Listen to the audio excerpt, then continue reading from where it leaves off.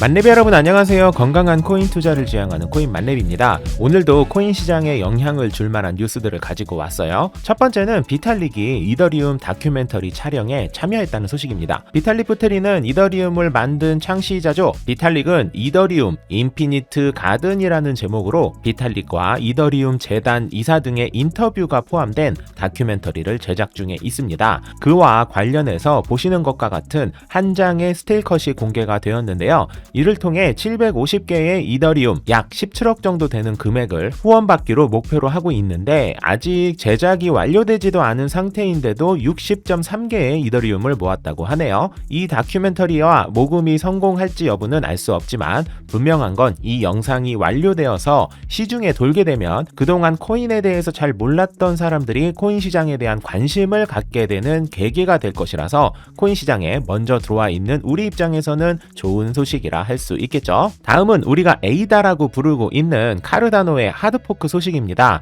카르다노 개발사인 IOHK가 트윗을 통해 알론조 테스트넷이 새로운 알론조 화이트 노드에 하드포크 되었다고 안내했습니다. 이미 완료돼서 새로운 블록을 만든 상태인데 제가 라이브 방송에서 이더리움과 이더리움 클래식 매수 매도 관련 질문을 주셨던 분들에게 보통 하드포크 전까지는 오르다가 하드포크가 완료가 되면 내리는 경우가 대부분이었으니 그런 방향성에 대해 참고 정도 하시면 좋을 것 같다고 몇 차례 언급을 드렸었는데요. 에이다의 경우는 어떤지 한번 비교를 해보고 싶어서 이렇게 가지고 와봤어요. 내용에서 보시는 것처럼 UTC 시간 기준 오후 7시 44분에 하드포크가 완료되었다고 나와 있죠. 우리나라 시간으로는 새벽 4시 44분인데 에이다의 오늘 새벽 4시 44분 즈음부터의 차트는 보시는 바와 같습니다. 하드포크가 마무리되기 전날부터는 슬슬 오르기 시작했고 하드포크 마무리 1시간 전 즈음부터 의미 있는 하락이 보여지더니 하드포크 시각에는 딱히 하락이 발생되지는 않았고 하드포크 완료 이후 8시간 후인 12시 즈음에는 하드포크 완료 때보다 소폭 하락하는 모습을 보여주고 있습니다. 에이다의 경우 하드포크가 가격에 큰 영향을 준 편은 아니라고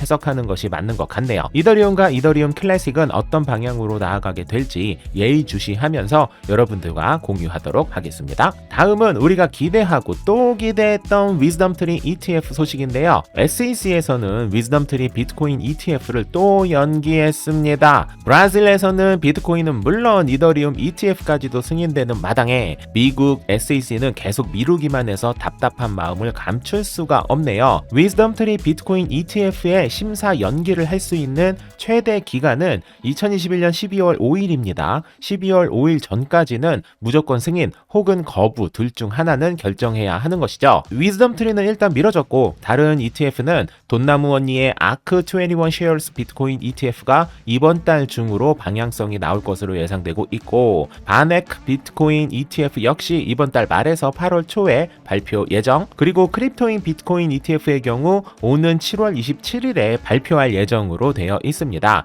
그리고 발키리와 스카이브리지 그리고 비트와이즈는 8월 중으로 예정되어 있고요. 비트코인 ETF의 경우 돈 냄새 잘 맞는 것으로 유명한 돈나무 언니인 캐시우드가 지난달에 비트코인 ETF를 신청하기도 했고 미국을 제외한 대부분의 나라에서 다 승인을 하고 있는 만큼 언제 그리고 어떤 상품이 우선적으로 승인될지에 대한 궁금함과 자꾸 미뤄지는 짜증만 있을 뿐 비트코인 ETF는 승인될 수밖에 없고 어제 영상에도 소개해드렸듯이 승인이 되면 시장이 엄청 넓어지는 것이기 때문에 코인 시장의 커다란 상승이 될 수밖에 없는 기다려지는 소식이라 할 수 있습니다. 다음은 FED에서 스테이블 코인의 규제와 CBDC에 대한 언급인데요. 나는 새도 떨어뜨릴 수 있다는 파월 연준 의장이 스테이블 코인은 강력한 규제가 필요하고 CBDC가 도입되면 암호화폐가 불필요하다는 언급을 했습니다. 사실 스테이블 코인은 달러를 직접적으로 위협하는 코인이 될 수밖에 없죠. 달러와 정확히 1대1로 움직이기 때문에 연준 입장에서는 부담이 될 수밖에 없습니다. 스테이블 코인에 대한 부정적인 시각이야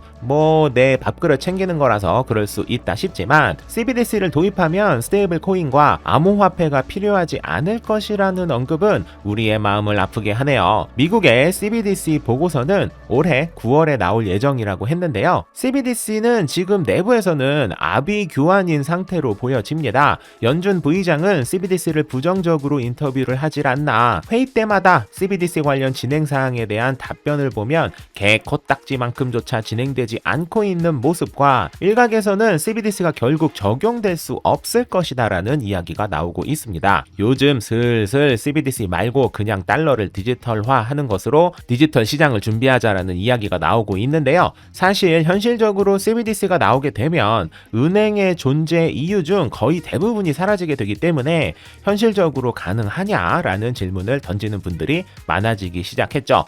그런 시각이라면 연준 입장에서는 오히려 스테이블 코인이 다른 암호화폐보다 훨씬 더 위협적인 존재라고 생각할 수밖에 없겠죠. 이렇게 어영부영 지나가는 동안 중국의 CBDC가 튀어나오고 부의장이라는 놈은 인포마냥 CBDC 꺼져를 외치고 있으니 이래저래 고민이 많을 것 같네요. 오늘의 소식은 여기까지였고요. 이렇게 영상으로 만드는 소식은 오피셜의 뉴스들을 정리하고 라이브 방송에서는 카더라와 코인만렙의 주관성이 어느 정도 들어간 해석을 중심으로 여러분들과 소통하고 있으니 카더라 뉴스가 궁금하신 분들이라면 라이브 방송도 실시간이 아니라 해도 보시는 걸 추천드릴게요. 만렙 여러분 모두 성투합시다.